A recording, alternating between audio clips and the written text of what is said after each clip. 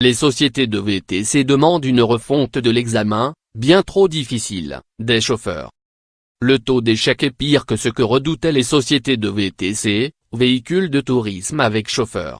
Un an après la mise en place de ces épreuves, seulement 14% des candidats à l'examen de chauffeur de VTC ont obtenu le droit de conduire pour chauffeurs privés, UB et leurs concurrents, selon des chiffres inédits compilés par les chambres des métiers et de l'artisanat, qui organisent cette sélection.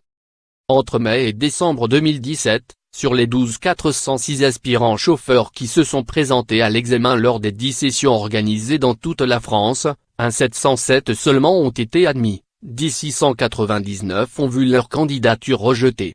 Conséquence, une pénurie de chauffeurs, des temps d'attente qui s'allongent et des prix qui grimpent. Cette procédure est opaque et inefficiente, elle constitue une barrière incompréhensible à l'entrée dans le métier, commente Yan Ascoe, le président-directeur général de chauffeurs privés, poids lourd du secteur avec 18 000 conducteurs. Instauré par la loi Grande-Guillaume en décembre 2016, cet examen a démarré en mai 2017. Depuis le 1er janvier, il est obligatoire pour tous les chauffeurs de VTC, y compris les conducteurs salariés relevant du statut dit LOTI, loi d'orientation des transports intérieurs, en principe réservé au transport collectif.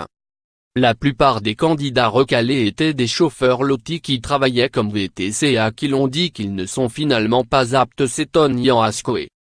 Pour les sociétés de VTC, le taux d'échec et l'énorme variation des résultats d'une session à l'autre, de 72% d'admissibles le 30 mai à 11% le 17 octobre, sont le signe que cet examen sert d'abord à limiter arbitrairement le nombre de chauffeurs.